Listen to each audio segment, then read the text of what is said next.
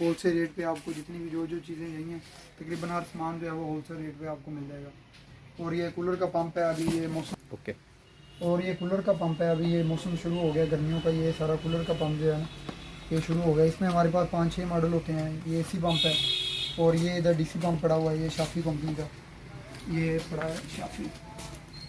इसमें भी हमारे पास जो है ना वो 5-6 किस्म के पंप पड़े हैं, तकरीबन हल्के से लेके अच्छा तमाम रेंज आपको मिल जाएगी।